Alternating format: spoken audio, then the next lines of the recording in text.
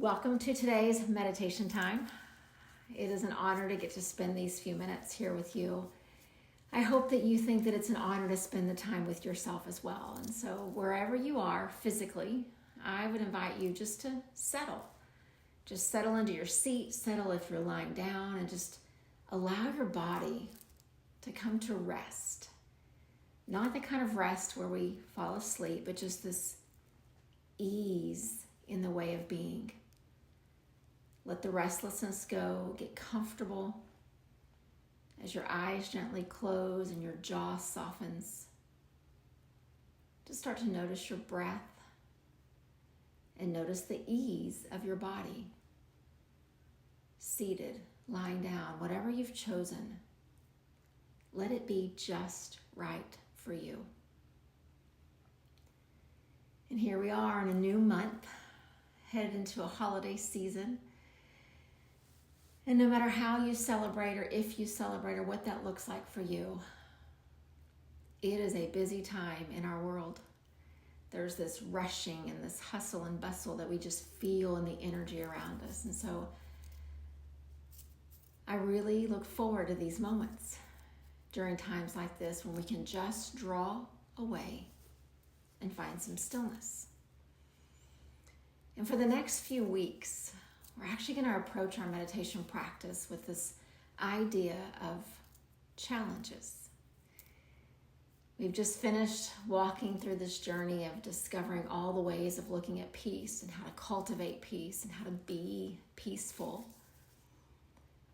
But I thought as this year is going to be ending in just a matter of a few weeks, maybe we should practice sitting with challenges. Sitting with the things that we struggle with. Sitting with the things that sometimes cause us to stumble. Thich Nhat Hahn always says that when you identify the things that you struggle with, you identify the thought patterns that are not maybe the best for you, when you meditate, invite them to sit there with you. Just like you've invited a friend to come and sit right alongside you. Because when you can identify your challenges, when you can identify the things that you struggle with, they are far less likely to cause you suffering.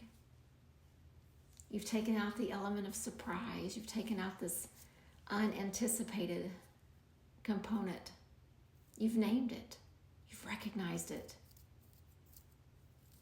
And so what I'd like us to do across the next just few weeks together is just learn to sit with the things that we struggle with. Begin to lessen our anxiety, lessen our frustration, lessen our fear, so that each time we rise up from this spot, we'll feel a little more equipped to navigate them. And so today I want to start with an image. And so as you've settled in and your breath is just slow and steady and rhythmic for you, I would invite each of us to picture a boat, a ship, whatever works for you, just this vessel out in the middle of the sea. And picture it to the point that there's no land anywhere around. It's just that boat, that ship, and water. And what we know about that boat is that the water is not dangerous for the boat unless the water becomes a part of it. Unless all of a sudden that boat begins to take on the water. But as long as the water is in its place and the boat is in its place, it's safe. It's secure. It's floating. It's moving as it was meant to be. But the minute that it begins to take the water on, the situation changes. It becomes dangerous. Its safety, its security becomes jeopardized. And so just picture that. And if you've ever been on a boat, you know that it's illogical to think that the people on this boat would ever just let the water come in without trying to stop it. It seems irrational. Why would they do something that would jeopardize their safety, their security, their stability?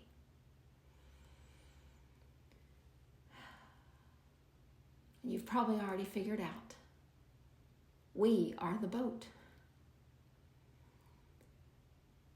And the violence and the negativity and the divisive behaviors and the harmful things that people say, that's the water around us. And so, as illogical as it is for someone on that boat to allow the water to come in, could we also see it's just as illogical, as irrational, that we would allow those things to come into our space, into our spirit? All we have to do is turn on the news or scroll through one social media feed, and we are confronted with the negativity around us. We see it everywhere. We see it in leadership. We see it in families. We see it in sporting events, in our offices, across our TV screen, across our phone. It's everywhere. It is everywhere, just like that water, as far as the eye can see from the deck of the boat.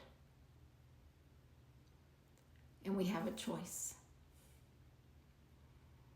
We do this illogical act of just letting it come in, taking it on, jeopardizing our safety, our security, our peace, our well-being. Or we understand that it exists, and we're very thoughtful and very mindful and very intentional about keeping it at bay. And I know that we're each thinking to ourselves, that all sounds great in theory, but you don't understand where I work, or you don't understand the situations that I encounter, or you don't know the people in my family, and the list goes on. But I also know that when I asked you to picture that boat, it almost seems silly to imagine that there are people on that big vessel inviting the water to come in, inviting in the thing that would jeopardize their safety. And while the negative behaviors of people around us may not jeopardize our physical safety, what we cultivate here in meditation is just as important. Our spiritual safety, our spiritual security, our mental stability, our emotional regulation, they're just as important as our physical safety. So as we journey together in the coming weeks, sitting with and understanding our challenges, I want us to start with this idea of making a choice. There are going to be struggles that we each have. We will all suffer. There will be illness. There will be heartbreak. There'll be struggles at your job, in your relationship. Those things will happen to all of us within our lifetime. So shouldn't we be even more intentional about not letting in all the other stuff? People's attitudes, the harmful things that they say, the unkind ways that they act. Maybe we could practice keeping those things out of our space, out of our heart, out of our sight, out of our emotions,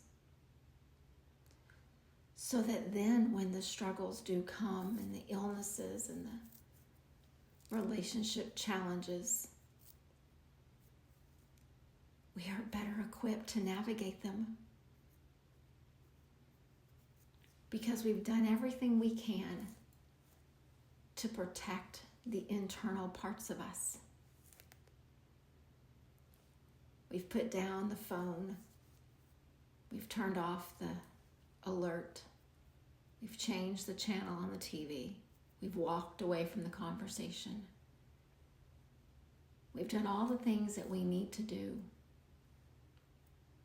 to keep the internal parts of us safe and secure and strong.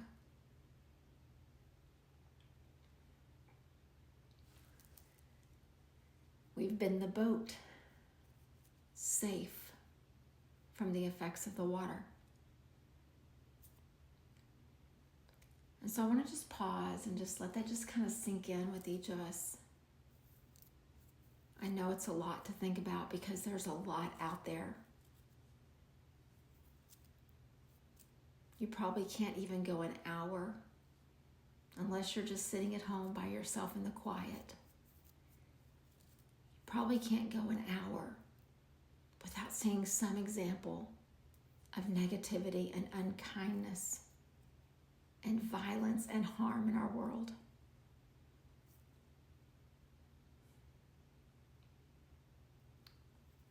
But our well-being is worth the investment. Our well-being is necessary. Our families need us to be well. The places that we work need us to be whole. Our children, our grandchildren, our family members, they're counting on us to take care of ourselves. And when those things come in, the negativity, the harmful thoughts, the unkind words, they chip away at our well-being little by little by little until a very different version of us starts to show up. And so let's just each just sit for just these next few breaths and just see, where have you let the water come into your boat? It's not about being guilty. It's not about feeling bad about it. It's just recognizing that up until this moment, I wasn't being careful. I wasn't being intentional. But I want to own it. And I want to do something different going forward. So let's just pause and just notice what comes to mind. Notice what awareness you're able to cultivate.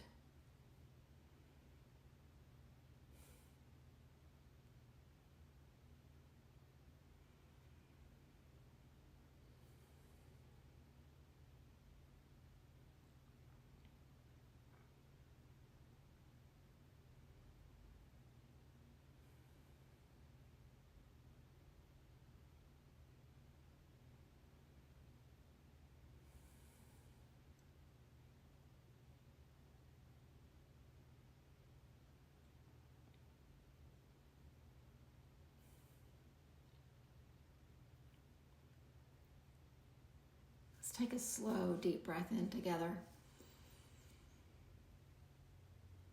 And then just sigh it out. And a slow breath in. And a big sigh out. And again. And release. Just notice how you feel. When you pause and you think about how much the negativity of our world has impacted you, it can be overwhelming. it can break your heart. But today we can do something about it. I'd invite us each to picture that big ship again, that big boat out in the middle of the sea. And as you see it in your mind's eye, just kind of scan what you've seen in your images before in your past, what you know about boats. Just kind of scan it and look for the life preservers hanging right there on the railing. Look for the little boats that are tied over to the side, the rafts, the ropes. Because you see, those ships are prepared for the just in cases. Because while it is illogical that they would just let the water come in, they have some things in place to protect themselves just in case. They have life preservers and life jackets and ropes and small rafts that people can escape in. And for us, those things are represented by this practice. Those things are represented by our breath, by our moments in nature, by our yoga practice, by all the things that remind us to be mindful. We don't have to rise up from this spot and just have it all figured out. The tools of this practice help us just in case we get into a situation and we realize it's not a situation for us. We start to take that slow, deep breath in and we set the phone down. We turn off the social media feed and we do something different. We stand up from the conversation and we walk outside and we breathe in the beautiful air of nature. We move away physically from wherever the negativity is, and we start to make shifts in our life. So I want you to think of your meditation practice, your breath work, your yoga practice, your time in nature, all these mindful things that you do. Think of them in the same way that these big ships have the life preservers and the boats and the ropes and the rafts. Because these things will come across your sight. They will come across your physical being. And as you take a deep breath in, you'll realize there's no place for them here anymore. And little by little, it will get easier to move away. It'll get easier to set the phone down. It'll get easier to change the channel, to shift the narrative of the conversation. And so I'd like us to sit with that. The first time we sat for those first few breaths might have been a little overwhelming when we think of how much there is out there. But now let's sit for just this next moment or so with the assurance that this practice, it's one of those life preservers just in case the negativity comes across our path again. The violence comes across our screen. The unkind words are said in our presence. Let's sit with our practice and cultivate this mindful way of being, just in case we encounter these things tomorrow.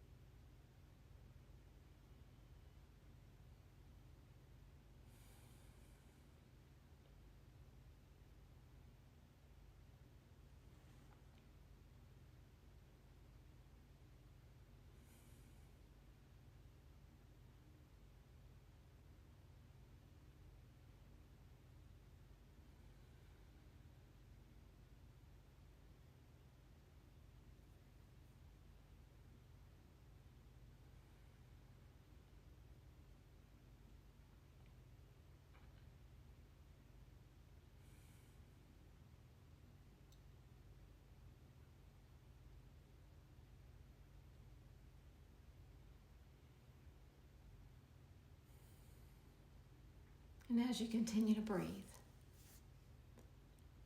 just know that my deepest heart's desire is that each of us encounters people and places and things that are kind and compassionate and patient and loving.